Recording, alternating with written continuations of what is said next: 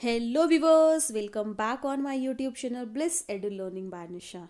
आप में से बहुत से लोग अलग अलग कॉम्पिटिटिव एग्जाम्स की तैयारी कर रहे हैं, जैसे DSSB, KVS, NVS, TGT, PGT, UGC net, UP TGT, PGT और अलग अलग एग्जाम्स की तैयारी, जहां से आपसे इकोनॉमिक्स से रिलेटेड क्वेश्चंस पूछे जाते हैं।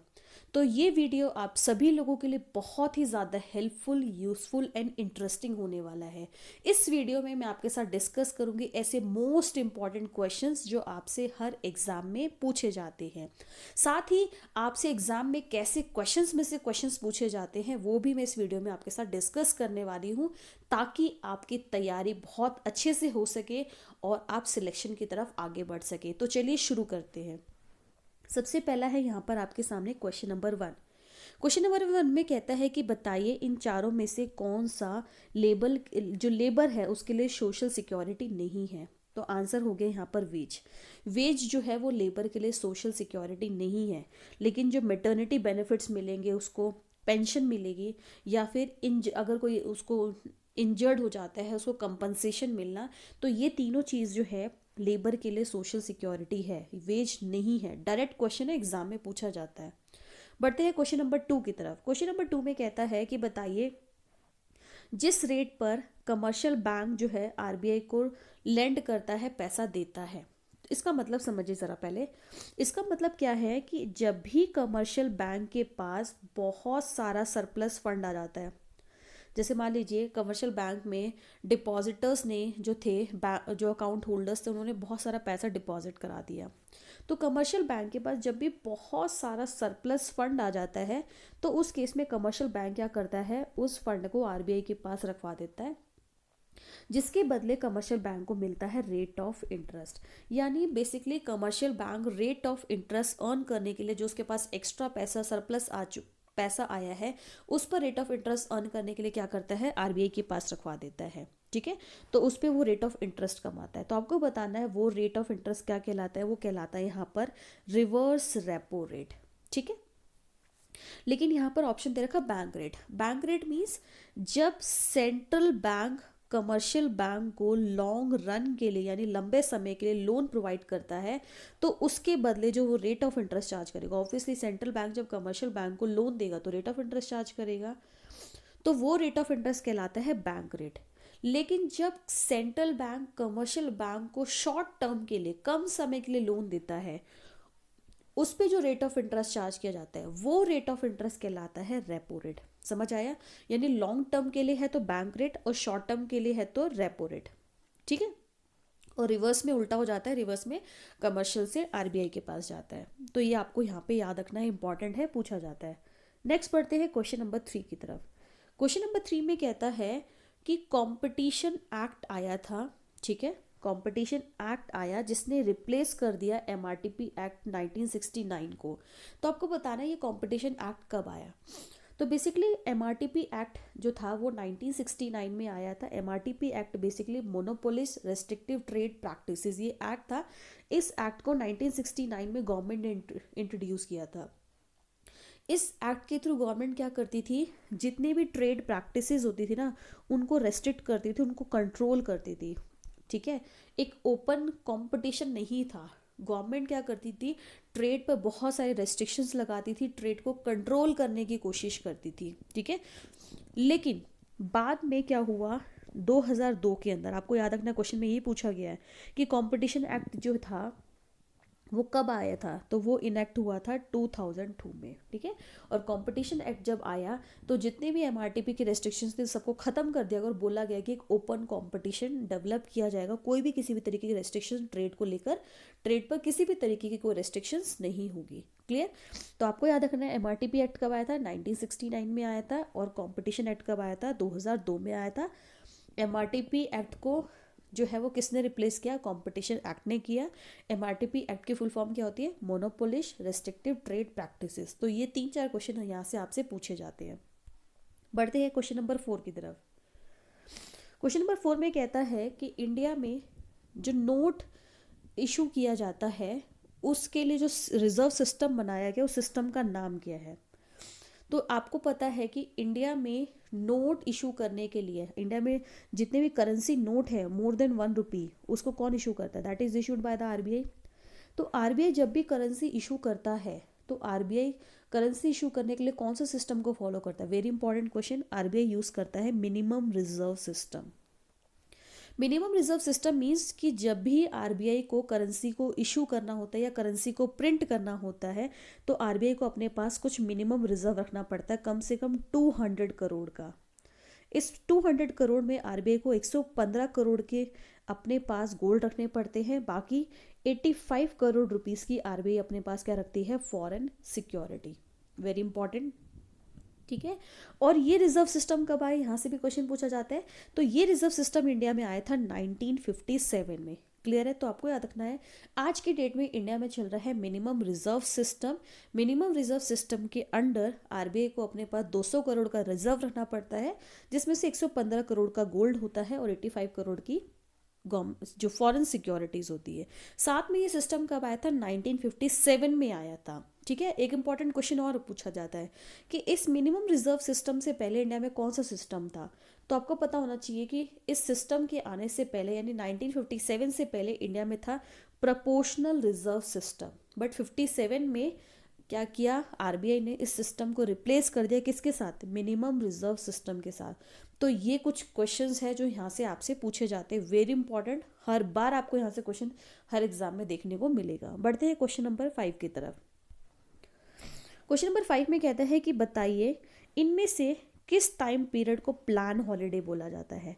प्लान हॉलीडे मीन्स कि जब 5 ईयर प्लान्स बन रहे थे तो कुछ टाइम पीरियड ऐसे भी थे जिस टाइम पर इंडिया में कोई भी 5 ईयर प्लान नहीं बन पाया था। तो आपको बताना है इनमें से किस टाइम पीरियड को हमारे 5 ईयर प्लान में प्लान हॉलीडे बोला जाता है। तो वो टाइम पीरियड है 1966 टू 69, यानी option number 1 is correct. Basically 1966 to 1969 के टाइम पीरियड को हम प्लान हॉलीडे भी बोलते हैं। साथ साथ आपको याद रखना है इसको हम 3 एनुअल प्लान्स भी बोलते हैं। ये भी एग्जाम में देता है कई बार, इनको 3 एनुअल प्लान्स भी बोलते हैं। प्लान हॉलीडे का मतलब क्या है कि इस दौरान इंडिया में कोई भी 5 ईयर प्लान नहीं बन पाया। क्यों नहीं बन पाया? रीजन क्या था? बेसिकली इससे पहले इंडिया में चला था third 5 year plan, but third 5 year plan के दौरान ही 1962 में इंडिया और चाइना में इंडो चाइना वॉर हो गई। 1965 में इंडिया पाकिस्तान वॉर हो गई। साथ साथ उस टाइम पर जो फेमाइंस वगैरह थे वो भी बहुत ज़्यादा हो गए थे, जिस वजह से हमारा थर्ड 5 ईयर प्लान में भी बहुत सारी लूप होल्स रहे। जिस वजह से क्या हुआ कि थर्ड 5 ईयर प्लान 1966 में ख़त्म होने के बाद हम इस प्लान को फोर्थ 5 ईयर प्लान को हम शुरू नहीं कर पाए, इन सारे रीजंस की वजह से। तो it is very important, exam में पूछा जाता है। तो आपको टाइम पीरियड याद रखना है, क्या है? वो है 66 टू 69। एक क्वेश्चन और पूछ लिया जाता है यहाँ पर कि ये जो 1978 से लेके ये 1980 है एक्चुअल में, 1978 से लेके 1980 तक के टाइम पीरियड को क्या बोला जाता है? It is very important. तो उसको बोला जाता है रोलिंग प्लान। याद रखना है, रोलिंग प्लान मीन्स जब गवर्नमेंट चेंज हुई थी इस वजह से उस टाइम पर 2 साल तक 1978 से लेके 80 तक कोई 5 ईयर प्लान नहीं बन पाया था, तो वो कहलाता है रोलिंग प्लान। ठीक है। तो ये इंपॉर्टेंट क्वेश्चन तो जो यहाँ से पूछे जाते हैं। क्वेश्चन नंबर 6 देखते हैं। क्वेश्चन नंबर 6 में बोलता है कि पहला एक्सपोर्ट प्रोसेसिंग जोन जिसको इंडिया का फ्री ट्रेड जोन भी घोषित किया गया, यानी इंडिया का ऐसा कौन सा पहला एक्सपोर्ट प्रोसेसिंग जोन था? एक्सपोर्ट प्रोसेसिंग जोन का मतलब है कि बेसिकली वो जोन पे जितना भी प्रोडक्शन होगा, जो भी सामान बनेगा, उनको सारे का सारा उसको बेसिकली वहाँ पे जितना प्रोडक्शन होगा उसको एक्सपोर्ट पर्पस के लिए किया जाएगा और उसको फ्री ट्रेड जोन भी बोला जाता है। तो इंडिया का पहला जोन कौन था? वो कांडला था। और कांडला ये पोर्ट कहाँ पर देखने को मिलेगा? आपको देखने को मिलेगा गुजरात में। Very important and easy question. बढ़ते हैं क्वेश्चन नंबर 7 की तरफ। क्वेश्चन नंबर 7 में कहता है कि आपको यहाँ पे चारों ऑप्शन में इंडिया के कुछ इंस्टीट्यूशंस के नाम दे रखे हैं। तो आपको बताना है जो इंस्टीट्यूशन है इनके एस्टेब्लिशमेंट के बेसिस पे आपको क्या करना है? इनको अरेंज करना है, सीक्वेंस में करना है। यानी जो ये अलग अलग इंस्टीट्यूशंस है ये कब कब आए, इनके एस्टेब्लिशमेंट के बेसिस पे करेक्ट ऑर्डर में करना है। ठीक है। तो देखिए आपको हर ऑप्शन में आपको 4 इंस्टीट्यूशंस नज़र आ रहे होंगे। तो हम इसको ऑर्डर में बात करेंगे। सबसे पहला है यहाँ पर IFCI। IFSCI की फुल फॉर्म होती है international finance corporation of India, और बेसिकली ये किसका पार्ट है, ये पार्ट है हमारे वर्ल्ड बैंक का। तो IFSCI कब आया था, ये आया था 1956 में। फिर आ गया IDBI। IDBI की फुल फॉर्म क्या होती है, industrial development bank of India, ये आया 1964 में। फिर आया नबार्ड। नबार्ड क्या है, national bank for agriculture and rural development, ये आया इंडिया में 1982 में। एंड लास्ट बचा यहाँ पर सिडबी। सिडबी की फुल फॉर्म क्या होती है, small industrial development bank of India, ये आया 1990 में। तो आपको ऑर्डर दिख रहा है, पहला 56 में, 64 में, 82 में और 1990 में। तो आपको ये ऑर्डर किस में नज़र आ रहा होगा, ऑप्शन नंबर सी में। तो ऐसे क्वेश्चंस भी आपसे एग्जाम में पूछे जाते हैं। बढ़ते हैं नेक्स्ट क्वेश्चन की तरफ, क्वेश्चन नंबर 8। क्वेश्चन नंबर 8 में आपको बोलता है कि प्रोबेबिलिटी सैम्पलिंग इम्प्लाइज, इनमें से कौन सी प्रोबेबिलिटी सैम्पलिंग है। तो स्ट्रेटिफाइड हो या सिस्टमैटिक हो या सिंपल रैंडम सैम्पलिंग हो, ये तीनों ही सैम्पलिंग आपकी प्रोबेबिलिटी सैम्पलिंग में आती है। प्रोबेबिलिटी सैम्पलिंग का मतलब क्या होता है कि जब भी आप इनमें से कोई भी सैंपल को सिलेक्ट करते हो तो हर एक के आने की जो प्रोबेबिलिटी हो रहेगी वहाँ पर क्या रहेगी, सेम रहेगी, यानी इक्वल रहेगी। यानी जब भी आप इन सैंपल को रैंडमली चूज करोगे तो हर एक के आने की जो प्रोबेबिलिटी रहेगी वो यहाँ पर सेम रहेगी। क्लियर। अब यहाँ से क्वेश्चन पे पूछा जाता है कि स्ट्रेटिफाइड रैंडम सैम्पलिंग क्या होता है। तो स्ट्रेटिफाइड रैंडम सैम्पलिंग का मतलब क्या है कि मान लीजिए आपके पास 40, एक क्लास में 40 बच्चे हैं, तो आप जानते हैं कि उस क्लास में मिक्स टाइप के बच्चे आपको देखने को मिलेंगे। ठीक है, आपको कुछ बच्चे जो होंगे वो स्लो ब्लूमर्स मिलेंगे, कुछ आपको मेडियोकर मिलेंगे, कुछ आपको ब्राइट स्टूडेंट मिलेंगे। तो स्ट्रेटिफाइड रैंडम सैम्पलिंग कहता है कि जो आपकी एक मिक्स पॉपुलेशन है, सबसे पहले आप उनको क्या करो, सेग्रीगेट करो, स्ट्रेटिफाइड करो, अलग अलग जो कैटेगरी में आता है उसको डिवाइड कर दो। उसके बाद जो आपको सैंपल चूज़ करना है, हर एक स्ट्रेटा में से सैंपल चूज़ कर लो। मान लो आपको 10 बच्चे चूज़ करने हैं, ठीक है। तो आपने सबसे पहले क्या करा, सेपरेट कर लिया कि मान लीजिए 20 बच्चे थे स्लो ब्लूमर थे, 10 बच्चे ये मेडियोकर थे और 10 बच्चे ब्राइट थे। और आपको अब क्या करना है, 40 में से 10 बच्चे चूज़ करने हैं। तो आपने मान लीजिए 6 बच्चे यहाँ से कर लिए, 2 बच्चे यहाँ से कर लिए, 2 बच्चे यहाँ से कर लिए। तो स्ट्रेटिफाइड रैंडम सैम्पलिंग कहता है कि पहले आपके पास जो भी पॉपुलेशन है उसको अलग अलग स्ट्रेटा में बांटो और फिर हर स्ट्रेटा में से सैंपल को सिलेक्ट करो रैंडमली। दूसरा है systematic random sampling. Systematic random sampling में क्या होता है कि आप सबसे पहला जो सैंपल चूज़ करेंगे, यहाँ पर सबसे पहला जो सैंपल है वो क्या होना चाहिए, रैंडमली होना चाहिए। मान लीजिए आप किसी एरिया में सर्वे करने गए तो आपको वहाँ पे लोगों से इन्फॉर्मेशन कलेक्ट कर, आपने डिसाइड किया कि चलो मैं इस घर से शुरुआत करता हूँ, ये दूसरे नंबर का घर है, मैं यहाँ से डेटा कलेक्ट करता हूँ। तो आपने पहला रैंडम जो सैंपल है वो रैंडमली सिलेक्ट कर लिया। उसके बाद आपने डिसाइड किया काम करता हूँ कि हर दूसरे घर से जाके मैं डेटा कलेक्ट करता हूँ। तो अब दूसरे के बाद चौथे घर पे जाएंगे, फिर छठे घर पे जाएंगे, फिर 8वें घर पे जाएंगे, फिर 10वें घर पे जाएंगे। ये इस टाइप की सैम्पलिंग कहलाती है सिस्टमैटिक रैंडम सैम्पलिंग। और सिंपल रैंडम सैम्पलिंग का मतलब है कि नॉर्मली आपने रैंडमली आपके पास जो भी थी आपने वहाँ से कोई भी जितना भी सैंपल उठाना था उठा लिया और डेटा कलेक्ट करना शुरू किया। तो ये आपसे यहाँ से क्वेश्चन पूछे जाते हैं। बढ़ते हैं क्वेश्चन नंबर 9 की तरफ। क्वेश्चन नंबर 9 में कहता है कि नॉर्मल प्रोबेबिलिटी कर्व जो होता है, नॉर्मल प्रोबेबिलिटी कर्व जो होता है वो क्या बताता है। तो आप जानते हैं कि कैसे बनता है, ये बनता है ऐसे। तो नॉर्मल प्रोबेबिलिटी कर्व बताता है जीरो स्क्यूनेस, कि बिल्कुल भी स्क्यूनेस नहीं है। स्क्यूनेस का मतलब है कि किसी एक तरफ झुकाव नहीं होना। इसका मतलब क्या है कि जितना ये लेफ्ट साइड पर होगा उतना ही राइट साइड पर होगा। नॉर्मल प्रोबेबिलिटी कर्व कहता है ऐसा कर्व जो दोनों तरफ से क्या होगा, सेम होगा। जितना लेफ्ट साइड पे होगा उतना ही राइट साइड पे होगा। क्लियर। अगर 50% यहाँ होगा तो 50% ही यहाँ पर होगा। जैसी शेप इसकी यहाँ पर होगी वैसी ही शेप इसकी यहाँ पर भी होगी। और इसकी शेप होती कैसे, ये होती है बेल शेप्ड कर्व, घंटी के आकार की इसकी शेप होती है। एंड सबसे इंपॉर्टेंट एक और पूछी जाती है कि जो नॉर्मल प्रोबेबिलिटी कर्व होता है यहाँ पर क्या क्या चीज़ें सेम होती है। तो इस कर्व पे मीन हो, मीडियन हो और मोड हो, तीनों ही चीज़ क्या होती है यहाँ पर बराबर होती है। तो ये क्वेश्चन यहाँ से आपसे पूछे जाते हैं।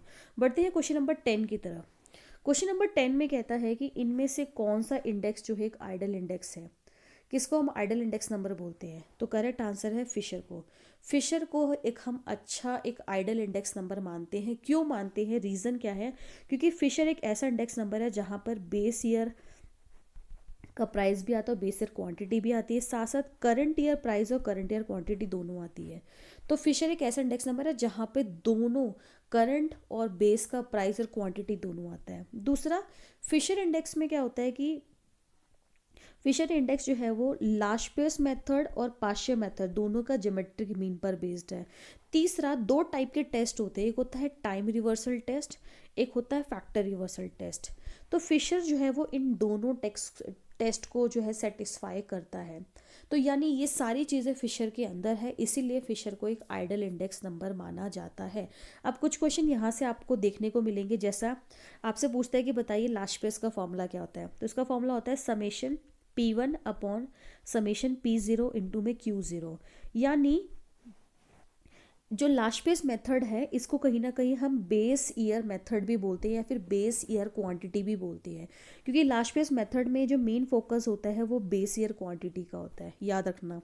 पास्चर्स मेथड का फॉर्मूला होता है summation P1 upon summation P0 into में Q1 अपॉन Q1।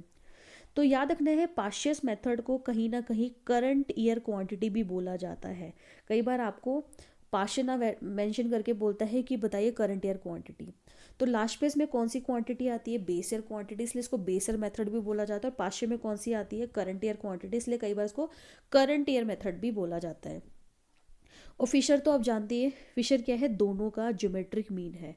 और बोले मेथड क्या है, बोले मेथड बेसिकली लाशपेस और पास्चर्स मेथड का अगर आप अर्थमेटिक मीन निकालोगे तो उसके बराबर है। ठीक है, तो आपको कुछ नहीं करना है, यहाँ पे लाशपेस का फॉर्मूला रखना है, यहाँ पास्चर्स का फॉर्मूला रखना है, यहाँ पे भी लाशपेस का फॉर्मूला रखना है, यहाँ पे पास्चर्स का फॉर्मूला रखना है।